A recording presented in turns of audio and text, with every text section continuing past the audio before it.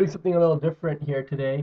We're going to be looking at a challenging compound interest question. And we're doing this because the one in our compound interest um, lesson wasn't as challenging as we would have liked it to have been. And this question that I'm going to do right now isn't that challenging. It's just a little different. I mean, you'll see what I mean when I do the question. Give me a second. Let me write it down. Okay, so we have our question here. Don't worry, it wasn't magic. I just paused the video and copy pasted it. Alright, so let's take a look at this question. Mary invests $5,000 and lets her money grow for 2 years with interest compounding monthly, and when she withdraws her money, she has $5,557.81. At what interest rate did she invest her money? So it seems simple enough. The reason I said this question was different than our regular compound interest was because this question asks you to find something else. It asks you to find interest rate rather than what we usually find, which is the amount. So we have a principal, we have our time for 2 years, and we have interest is compounding monthly. So that's the key thing in this as well. And then we have our amount, which is so when she withdraws her money after 2 years, it's $5,557.01. So let's write everything down. That's equal to $5,557.81. We have our principal, which is $5,000, and we have our we have our n is equal to well, it's 2 times monthly, right? So it's 2 years each month, so it's 2 times 12, which gives us 24. And then we have to find I, right? So I is pretty much a question mark, but what we know about I is that I is divided by 12. Maybe I should write I over 12 is equal to question mark. It's that well, when we write the equation down, I'll incorporate that into it. So we have A is equal to P1 plus I, like always. Most of you should have already picked up on how to do this question. I mean, it's not hard. If we have 5,557.81 is equal to 5,000, and we have 1. We don't have interest, but we know that interest is divided by 12 because we're multiplying the n by 12, right? Well, no, that's not a reason. The reason is because it's compounded monthly, so you have to divide it by 12 in order to find interest per month. And then we have our n value, which is 2 times 12, and 2 times 12 is 24. So now we can solve this pretty easily. Well, first thing we're going to do is divide 5,557.81 by 5,000, and what that's going to give us is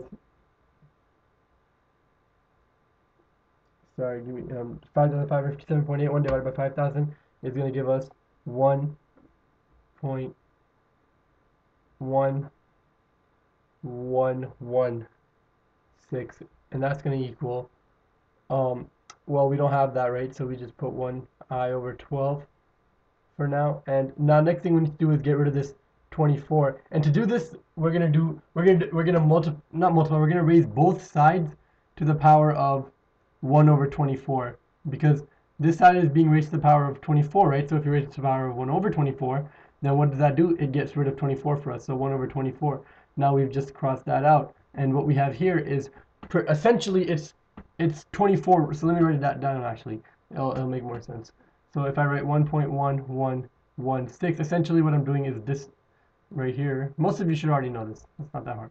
Okay, and then 1 plus I over 12, and then the root of 24 root, I guess that's probably what you say. 24 root 1.1116 is going to give us 1.0044, and that equals 1 plus I over 12. So now we take the 1 over there, we subtract it, so 1 and 1 pretty much crosses out.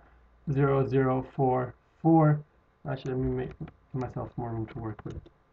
So 12 plus 0.0044 is equal to I over 12. Now we multiply both sides by 12, and we know that by multiplying the other side by 12 we get, so let's do that, 0.004 times 12, and we get 0.048. So what that tells us is that let's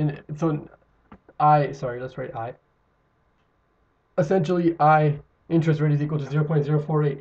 Now, like now we have to convert 0.04 into percentages. Percent. So what do we do? 0.048 times 100%. Simple enough, right? And then that gives us, so this goes 1, 2.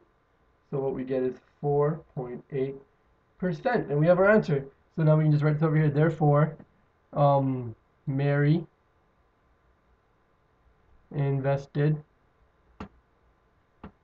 her money at 4.8% per annum compound. Sorry, excuse my messy writing. Annum compounded monthly, and that's it. That's the end of the question. I mean, it's simple enough. Nothing too difficult. I hope you learned something from the video, and thank you for watching. See you next time when we discuss another mathematical concept.